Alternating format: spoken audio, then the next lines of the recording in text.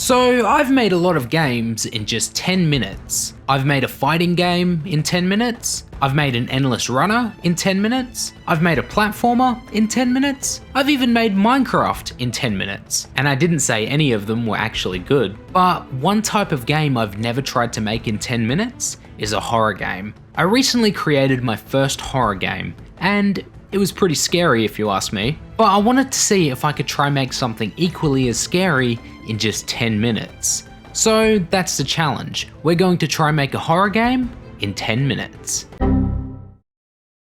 But before we make any games, I wanted to tell you about our sponsor for this video, Sober. Have you ever wanted to make games without any of the coding? Well, you should check out Sober. Sober is an online multiplayer gaming platform that has no code game making tools integrated. It is super easy to make your own games using Sober, as you don't need to know how to code. You can simply use their visual scripting for any programming and build your game world using their pre-built 3D objects. The best thing is, all of the games on Sober can be multiplayer, so you can play your games with different people. This is how easy it is to make an obstacle course game in Sober. Start by building the game world using their pre-built 3D objects. The editor is very easy to use, and there are heaps of different objects you can add to your game. Next up, you can add any programming that you want with their visual scripting. A lot of the objects are already programmed, but you can customize it in different ways. And that's it,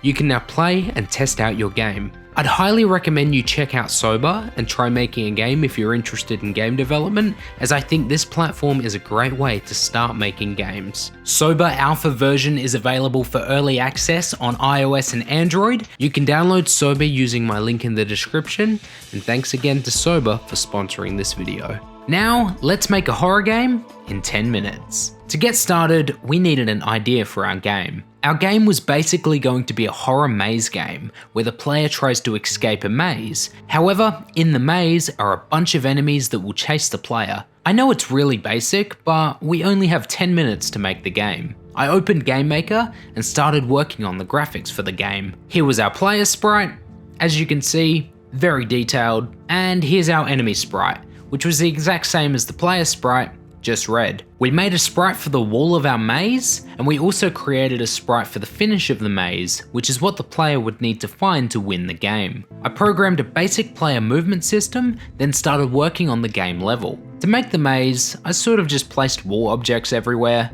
As you could see, our game was coming along nicely. You could move around as the player, walk through a maze, but it wasn't really a horror game, so we had to add some horror elements to the game. The first horror element I added to the game was a dark environment, and there we go, our game was now a horror game. Now, we were about halfway through our challenge, so we needed to finish the game quickly. I created an enemy object and put a bunch of them around the map. The enemy object was programmed in a way that would detect if the player was in distance, and if the player was in distance, it would chase the player. And this is where our second horror element came in. These enemies would act as jump scares in a way, because you could just be making your way through the maze, and an enemy starts chasing you. After adding in the finish of the maze to our game was complete. And there we go, we had a horror game in just 10 minutes. Overall, it works. For a horror game made in 10 minutes, there's a dark environment, there's jump scares, sort of, but I thought there were a few things we could improve with the game.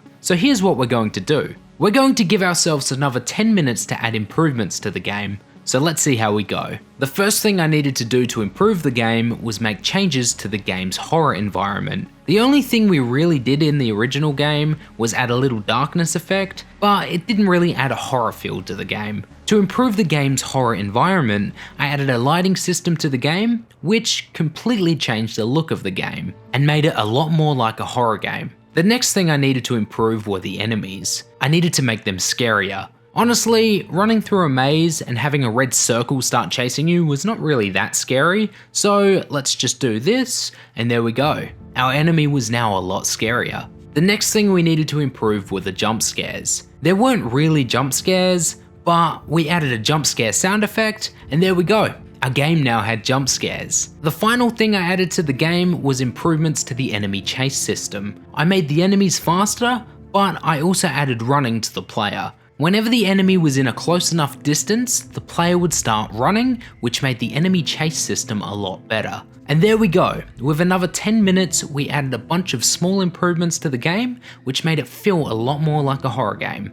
Now, let's test out the final version of the game and see how it is. Alright, and here we are in our horror maze game. So as you can see, we've got the player here and we can move around. It's pretty hard to see around the maze because of the lighting system, but that's alright. Let's try to find the finish and try to avoid any enemies. So essentially, the map is just a big random maze and you just sort of got to, well, there's an enemy. There's an enemy. You've just sort of got to work your way around the maze and try to find the exit, and there's a bunch of enemies everywhere. Now the enemy AI works in a way that will avoid walls, but at the same time, it'll still start chasing you even if it's on the other side of a wall. So you might get a situation like before where the enemy will play the jump scare sound, start chasing the player, but can't actually get to the player, unlike this one. All right, so let's run. As you can see, the player moves faster now that the enemy's chasing them. All right, we can try to lose the enemy. I think there's another one down this way, but let's just keep going. There's another one. There's 3. Oh no. All right, we got 3 enemies chasing us now.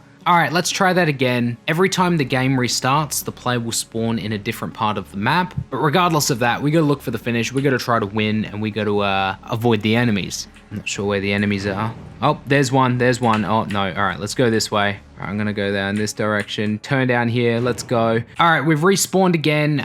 This time we're actually going to try win. So let's have a look. We'll go this way, and we'll try to find the finish. Try to avoid any enemies, and try to actually beat the game. We've found it, so we can just go ahead and win the game. There we go. Easy. So yeah, it really depends on where the player spawns. Will determine how difficult the game is. And there we go. We have a complete horror game. Overall, the game is pretty good. The improvements added to the game definitely made the game a lot better. Our game now actually had a horror environment, along with actual jump scares. Anyway, that's gonna do it for this video. Thanks again to Sober for sponsoring this video. If you would like to check out Sober and start making and playing your own games, you can download the alpha version, which is available for iOS and Android with my links in the description. If you enjoyed this video, please be sure to leave a like, feel free to leave a comment, and you can also subscribe to the channel.